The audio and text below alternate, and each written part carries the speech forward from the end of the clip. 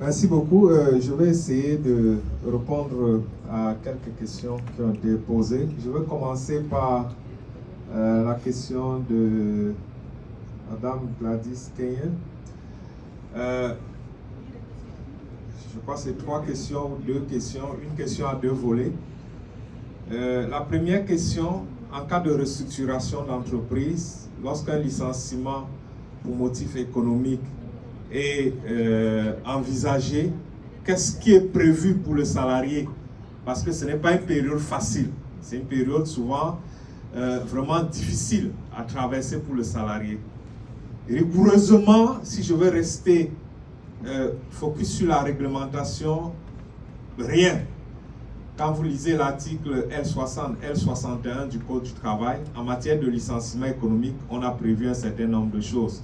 C'est l'indemnité compensatrice de préavis, c'est 1 mois de salaire brut non imposable. Bon, déjà, ça pose problème, 1 mois de salaire brut pour quelqu'un qui doit perdre son emploi. Et c'est l'indemnité de licenciement. C'est également la priorité de réembauche dans la même entreprise pendant 2 ans. Mais ça, c'est ce qui est prévu sur le plan réglementaire. Mais en tant que RH, il y a un aspect qu'on ne doit pas négliger. Chaque salarié, dans notre contexte africain, quand vous prenez un salarié, c'est une famille qui est derrière. Quand on parle de licenciement pour motif économique, la différence avec le licenciement pour motif personnel, c'est que le salarié, il perd son emploi alors qu'il n'a rien fait. C'est tout simplement parce que l'entreprise traverse des difficultés. Et souvent, c'est un salarié déjà qui est endetté, qui a des engagements. Et quand vous regardez ce qu'il doit falloir payer, ce n'est pas grand-chose. C'est pour ça qu'il est souhaitable de l'accompagner pendant cette période, même sur le plan psychologique. Le médecin du travail qui est dans l'entreprise, c'est aussi son rôle d'accompagner les salariés pendant cette période-là. Généralement, en RH, il y a une dimension que nous prenons généralement en compte, c'est le onboarding. Lorsqu'on recrute, il y a la phase d'accueil, le processus d'accueil et d'intégration du salarié. Mais le offboarding, nous ne le faisons pas. Quand on doit se séparer d'un salarié. Or, le salarié qui quitte l'entreprise, il faut tout faire pour qu'il soit le futur ambassadeur de l'entreprise là où il va. Et pour qu'il soit le futur ambassadeur de l'entreprise là où il va, il faut l'accompagner pendant cette période. Parce que sa charge émotionnelle, pendant la période de restructuration, elle est énorme. Il pense à lui-même, il pense à ses charges, à la famille. Ça, ce n'est pas évident. Et on le sait très bien, avoir un emploi n'est pas évident. Donc, il est souhaitable de faire un accompagnement. Et une fois de plus, le comité d'hygiène et de sécurité au travail peut avoir un rôle à jouer pendant cette période-là. Donc, l'accompagnement, même si textuellement, ce n'est pas écrit, mais les best pratiques en matière de gestion de ressources humaines, il faut intégrer ce volet-là pour éviter que le salarié soit assez stressé et rentre un peu dans la période du burn-out et tout à cause de cela. L'autre volet, c'est toujours sur la même question. Vous avez parlé d'un salarié qui est en CDD. Chaque jour, on lui répète, ah oui, bon, ça, il faut savoir, hein, vous êtes en CDD, et si ça ne marche pas, on ne renouvelle pas. À la limite, c'est du harcèlement moral. Tout simplement pourquoi? Déjà, un salarié qui est en CDD, il ne vit pas, il survit.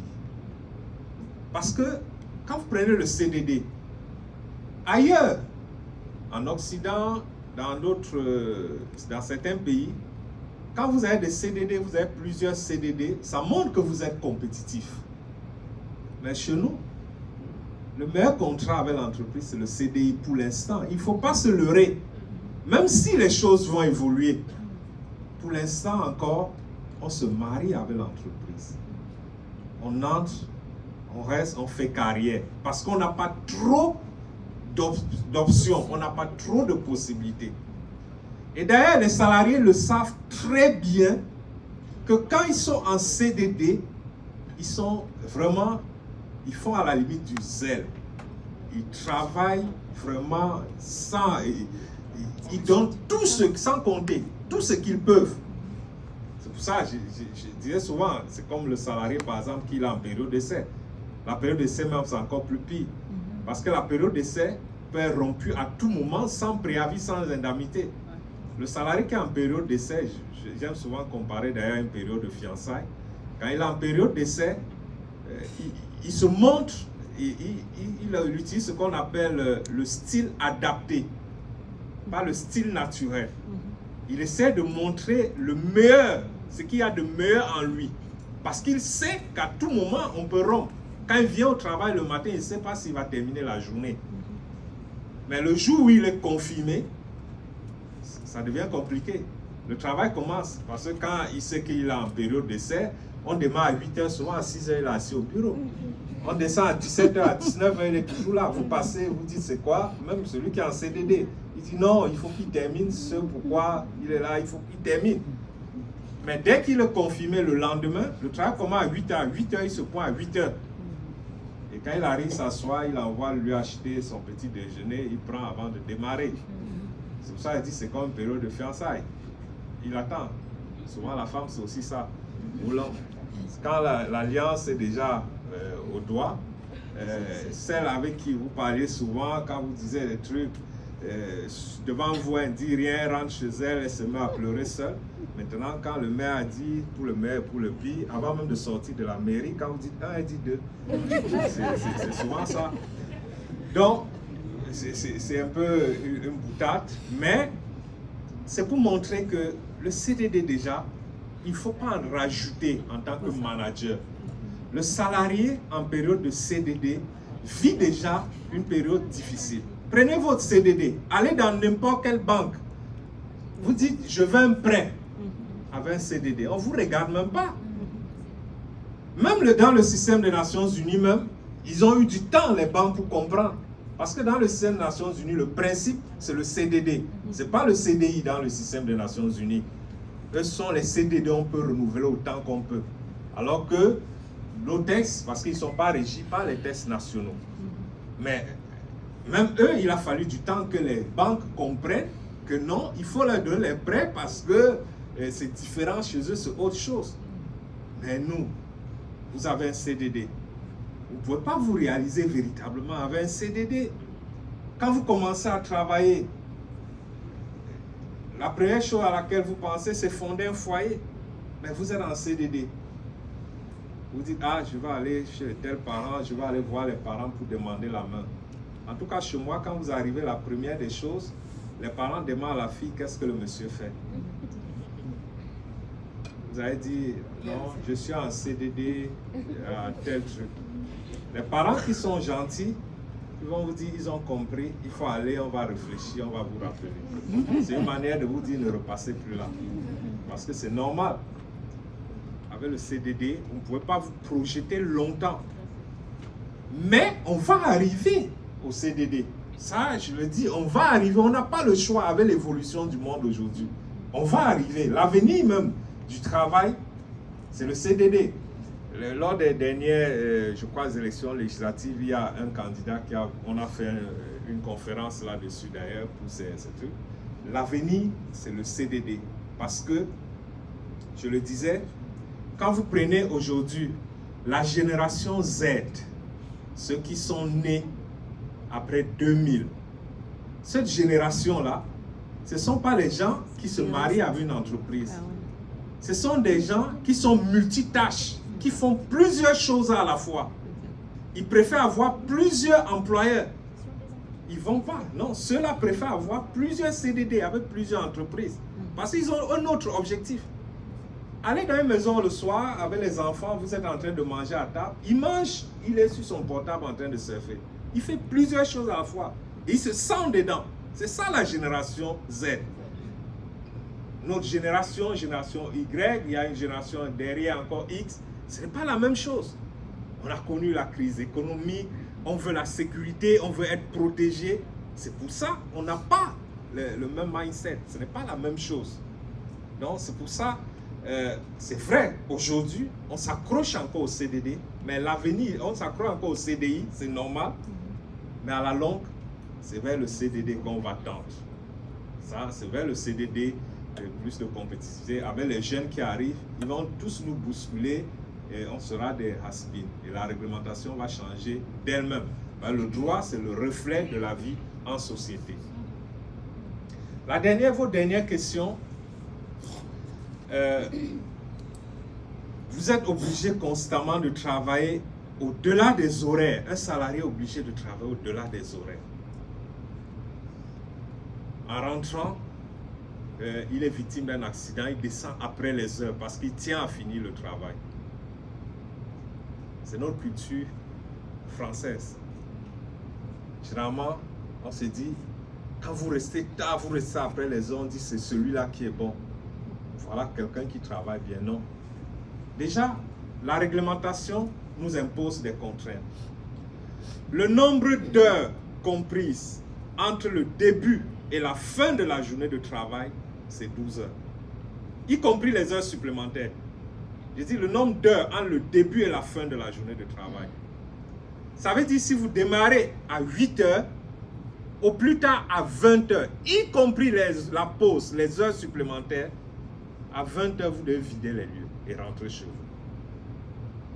Et il faut après maintenant intégrer le nombre d'heures de repos entre deux journées de travail, qui est de 11 heures également. Ça, il faut l'intégrer.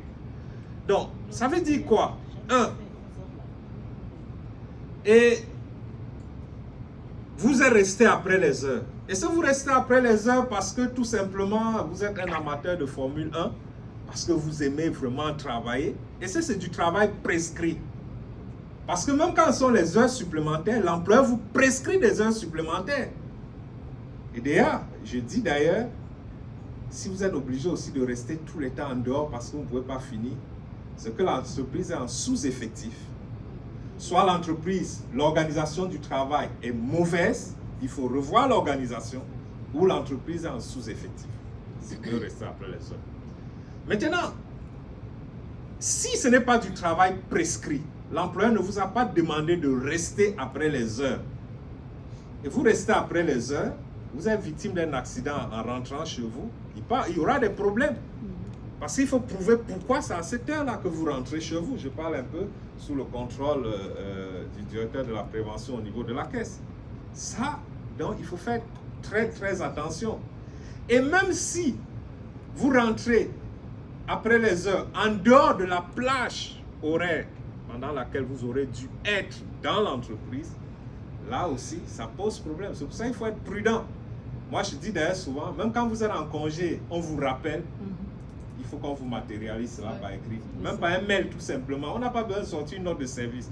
On fait un mail pour que vous soyez couverts. L'employeur vous dit, restez en dehors des heures. En tant que manager, si vous voulez que le salarié reste peut-être travailler quelque temps en dehors des heures, vous lui faites, vous lui donnez une instruction. Ça couvre également votre salarié. Mais travailler au-delà des heures tout le temps, ce n'est pas toujours pertinent. En termes même de performance, ce n'est pas bon. Je dis, un être humain, ça marche sur les deux pieds. Si vous devez sacrifier votre vie de famille par rapport à votre vie professionnelle, je ne suis pas sûr que vous serez heureux. Il faut faire la distinction entre la vie professionnelle et la vie familiale. À une certaine heure, il faut arrêter et rentrer vous occuper de la famille. Il ne faut pas rester très longtemps. Je dis souvent d'ailleurs, si ça ne se passe pas bien, si vous décédez à cause du travail là, après on va faire semblant de se lamenter, on va publier la vie de vacances de poste et on va vous remplacer, on a oublié après, ça on n'en parle plus. Le général de Gaulle a dit, les cimetières sont remplis de personnes indispensables. Nul n'est indispensable. À un moment, il faut prendre ses responsabilités. Il y avait la question, le directeur de la prévention a répondu, du doyen Alioune Faye, ok. J'aimerais vraiment avoir cette décision de justice-là, surtout pour le jardinier, ça pose ce problème. D'ailleurs, le professeur Diakoumba l'a dit ce matin. Il y a ce qu'on appelle en matière d'accident de travail la présomption d'imputabilité. Il a pris un exemple très pertinent. Vous allez en entreprise, vous allez faire vos ablutions sur le lieu de travail, vous glissez, vous fracturez la jambe, c'est un accident de travail. On présume d'abord que c'est un accident de travail, jusqu'à ce qu'on puisse démontrer que l'accident n'a rien à voir avec le travail. Parce qu'il peut arriver, vraiment, en arrivant même, vraiment, vous êtes, en guillemets, décédé, mort depuis, vous venez seulement achever dans l'entreprise. Ça peut arriver aussi. Ça peut arriver. Mais on va d'abord considérer que c'est un accident de travail. C'est la présomption d'imputabilité. C'est ça qui me surprend, ce jardinier. Mais on comprend déjà, d'ailleurs, il n'a pas été formé. On peut reprocher des choses à son employeur. Parce que si il veut débourrer la machine, il met les mains, et alors que il y a ce qu'on appelle la procédure de consignation en matière de prévention également, alors qu'il n'a pas mis hors circuit l'énergie, c'est comme ça qu'il fait se couper les doigts. On a eu le cas au Cameroun il y a quelques années. Il y a un électricien, un maintenancier. C'était dans une société qu'on appelle la société d'EVA qui fabrique le caoutchouc, c'est pour tout ce qui est après les trucs en plastique et tout. Il y a des machines qui sont des grands ensembles, un peu comme cette salle, des grosses machines, des ensembles industriels. Il est venu dépanner la machine. Et la procédure de consignation veut que lorsque vous devez dépanner une machine, un appareil, vous devez arrêter l'appareil. Et dans ce domaine, c'est chaque maintenancier une clé. Et les clés avaient des codes, des couleurs. Une clé, pas deux. Quand vous devez assurer la maintenance, vous mettez hors circuit la machine et vous mettez votre cadenas là-dessus. Vous rentrez dans la machine avec votre clé. Quelqu'un ne peut pas mettre le circuit en marche, un autre maintenancier. Mais ce qui s'était passé, c'est qu'il est venu, il est arrivé très tôt ce jour-là. Il n'y avait encore personne. Il est rentré dans la machine, il n'a pas suivi la procédure de consignation et déconsignation. Il a mis hors circuit, c'est vrai, mais il n'a pas mis son cadenas. Oh mon Dieu. Il entre dans la machine, il est en train d'assurer la maintenance de la machine. Ça a un peu plus traîné que prévu. Les premiers salariés sont arrivés, il met en marche la machine, il est à l'intérieur.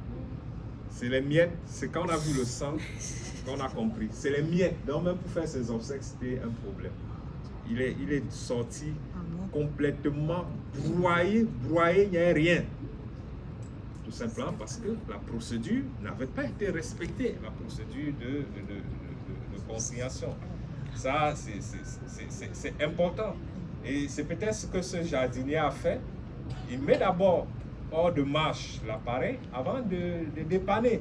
Souvent, on a des réflexes, ce qu'on appelle le travail prescrit et le travail réel. Ce qu'on prescrit et ce que vous faites réellement sur le terrain, il y a une grosse différence.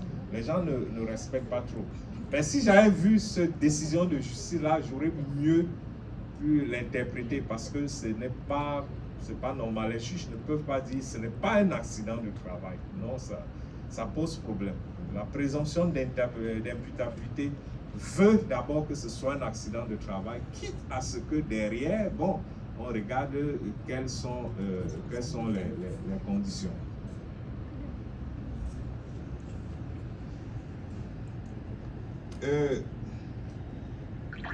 Il y a les deux derniers, nos invités d'honneur. Concernant les défis, comment mettre en place les outils, c'est M. Sako.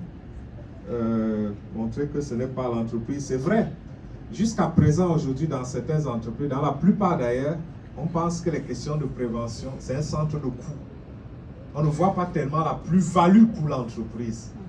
Ça, c'est vrai, et ça me permet également de parler de la préoccupation de M. Pouille également. Tout simplement parce que les gens ne sensibilisent pas trop et on ne montre pas l'intérêt, comme le professeur Toubafa l'a dit également, l'intérêt vraiment qu'a la prévention pour l'entreprise, notamment en termes de performance. Vous avez pris un exemple, je l'ai mis dans le truc, je n'ai pas développé, l'absentéisme. Quand les salariés sont absents, ça a un coût sur la productivité. J'ai pris un autre exemple, je dis quand il faut remplacer un salarié qui est accidenté, celui qui vient le temps d'adaptation, c'est un coût également, la productivité baisse.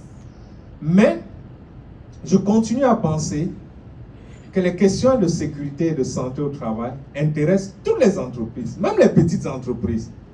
On a un effort à faire. C'est vrai, il faut investir. Nous voulons, parce que, je le dis souvent, et je parle un peu sous le contrôle du directeur de la prévention, vous pouvez avoir de l'argent pour monter une petite entreprise, pas une grande, qui vous apporte un peu de quoi vivre, de quoi vous en sortir. Vous ne déclarez pas le personnel à la caisse de sécurité sociale. Vous ne faites rien en ce qui concerne la prévention. Ce qui va se passer, c'est quoi? Supposons qu'un accident se produise. Si c'est encore un petit accident, ça va. Mais c'est un accident qui nécessite qu'il faut évacuer le salarié à l'étranger pour le faire soigner. Mais s'il faut l'évacuer à l'étranger, vous avez une petite entreprise, un petit budget, vous allez trouver l'argent pour le faire. Vous avez fermé l'entreprise. Or, si il y a de la prévention, s'il était affilié à la caisse de sécurité sociale, la caisse de sécurité sociale prend le relais pour faire le nécessaire. La caisse doit prendre le relais et faire le nécessaire. Donc, il est important, on n'a pas le choix, il est important d'aller vers là. Il y a des choses, nous n'avons pas le choix aussi pour tenir compte de notre contexte. C'est vrai, c'est difficile, mais on est obligé d'aller vers là. Même le secteur informel, aujourd'hui, c'est vrai, il y a des possibilités qui sont offertes, mais il faut aller, par exemple, vers une véritable prise en charge des salariés du secteur informel. Ce qui n'est pas encore véritablement le cas aujourd'hui. J'ai eu la chance, le président de la République, je crois que c'était l'année dernière, il a organisé, l'année dernière ou un peu plus, organisé une conférence sur l'extension, la 3e conférence sociale. J'ai été convié, j'ai modéré d'ailleurs un panel là-dessus, sur l'extension de la protection sociale au secteur informel. J'ai pris un exemple simple. Quand vous prenez pendant la Covid, quand vous regardez dans la plupart de nos pays pendant la Covid, on ne pouvait pas dire que tout le monde reste à la maison, on ferme. Personne ne sort, comme en Europe ou ailleurs. Mais les gens vivent au jour le jour. Et la grande partie de notre population évolue dans le secteur informel. Il n'y a pas de protection sociale. Vous dites aux gens, personne ne sort. Mais les gens vont manger quoi? Mais ça, vous allez créer un chaos dans le pays. Ça va être vraiment une révolution. Ça va être du sauve qui peut. Donc, c'est pour ça que l'extension de la protection sociale au secteur informel est devenue plus qu'une nécessité. La Côte d'Ivoire est assez avancée là déjà, dedans, au niveau de la Caisse nationale de prévoyance sociale. Ils sont assez avancés dans le domaine. Je crois les jalons ont été lancés pour le Sénégal. Il faut vraiment qu'on évolue là-dessus, surtout les personnels, le travail indépendant, qui sont obligés de travailler tous les jours sans repos, parce que, vous prenez quelqu'un qui est dans le secteur informel, une femme qui est dans le secteur informel, pendant les congés de maternité, elle travaille jusqu'à la veille de l'accouchement. Si elle ne travaille pas jusqu'à la veille de l'accouchement, elle fait comment? Pendant la période, si elle dit, je me prends des congés de maternité, elle ne va pas s'en sortir. Parce que, déjà, elle n'aura pas de revenus alors qu'il faut vivre. Et c'est peut-être, je profite de l'occasion avant de terminer pour peut-être soulever une préoccupation, comme le directeur de la prévention est là, que j'avais déjà eu à soulever à l'époque d'ailleurs au directeur de l'IPRES. C'est concernant la situation des femmes par rapport à la pension de retraite. Aujourd'hui, de par la réglementation, si vous prenez 2 femmes qui ont été recrutées dans l'entreprise le même jour, l'une a eu des maternités, l'autre n'a pas eu les maternités. Elles prennent leur retraite le même jour, la même évolution. La pension de retraite de celle qui a eu les maternités sera moindre que celle qui n'a pas eu les maternités.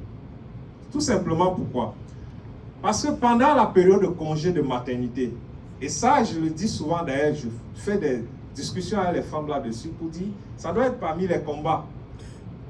Pendant la période de congé de maternité, la caisse, par exemple, au niveau de la caisse, il n'y a pas de salaire en réalité. C'est la caisse qui prend le relais. Et c'est la caisse qui paye la rémunération, l'indemnité de congé de maternité. On ne va pas appeler salaire comme ce n'est pas la contrepartie d'un travail fourni. Donc en réalité, derrière, il n'y a pas de prélèvement. On ne cotise pas pour la femme pendant cette période de congé de maternité. Or, celle qui n'a pas eu de maternité, on continue de cotiser. Vous voyez, en termes de nombre de points après, entre eux, pour avoir la pension, ce n'est pas la même chose. Or, la maternité, ce n'est pas une sanction. Au contraire, sinon, si on continue à s'amuser comme ça, la vie va s'arrêter. Donc, il est souhaitable que cette question soit prise en compte. J'ai échangé avec le directeur de l'IPRES là-dessus pour dire, mais c'est que les femmes aussi, parce que l'indemnité journalière qu'on verse, c'est souvent tellement consistant. D'ailleurs, ce n'est pas frappé d'impôts et tout ça. Donc, quand on voit le montant, bon, c'est pas grave. Les femmes prennent vraiment. On n'a pas. Non, il faut voir loin, il faut penser à la retraite. Parce que c'est à la retraite que ça se ressent. C'est à la retraite que ça se ressent. Donc, je crois, je veux m'arrêter là. Je crois que j'ai épuisé toutes les questions. Je vous remercie vraiment de votre aimable attention. Ça a été un plaisir vraiment de m'entretenir avec vous ce matin. Merci beaucoup. Merci, docteur. On est presque.